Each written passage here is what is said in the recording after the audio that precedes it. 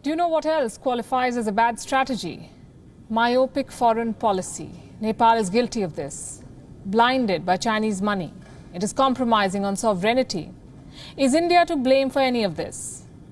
How did a religious, cultural and economic ally become a hostile neighbor?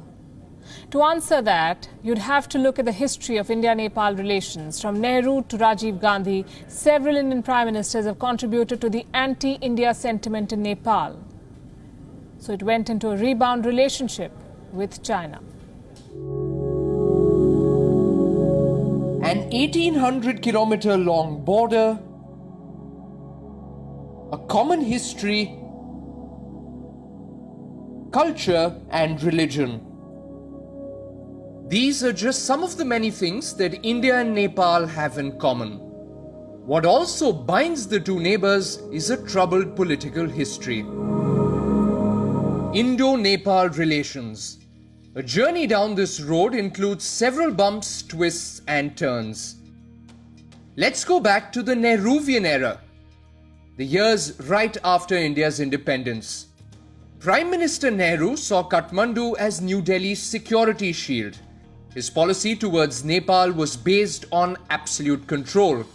This was the beginning of anti-India sentiments in some sections in Nepal.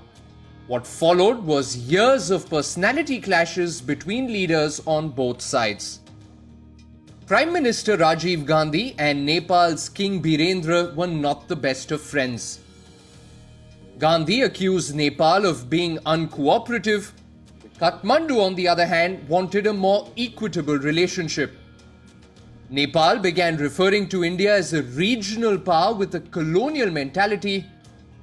According to reports, Rajiv Gandhi had even launched a covert operation to bring down the Hindu monarch. India extended its support to the people's movement in Nepal, but King Birendra could not be dethroned. In 1989, when Nepal purchased defense systems from China, the Rajiv Gandhi government retaliated with a trade blockade. Nepal remembers it bitterly. History repeated itself in 2015.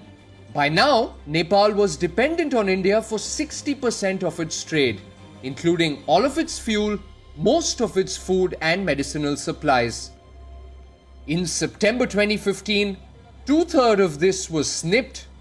It couldn't have come at a worse time for Nepal. It was just beginning to rebuild itself after a disastrous earthquake.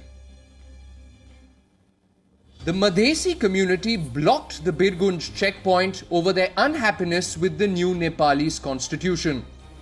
New Delhi pushed for a resolution between the protesters and the Nepali government. India's logic was that its truck drivers were too afraid to enter a burning Nepal. Kathmandu termed the situation as an unofficial blockade by India. Hit with an immense shortage of oil, gas and medicines, Nepal once again turned towards China. The dragon seized the opportunity. It ended India's monopoly in the Himalayan country and lay a debt trap. China termed it a strategic relationship. Beijing also stirred the anti-India sentiment. Over the years, Nepali leaders have repeatedly stressed on the need to revisit river agreements. They have also wanted to rewrite the Friendship Treaty. Kathmandu's split from New Delhi has been a long time coming. There were several alarms in recent years.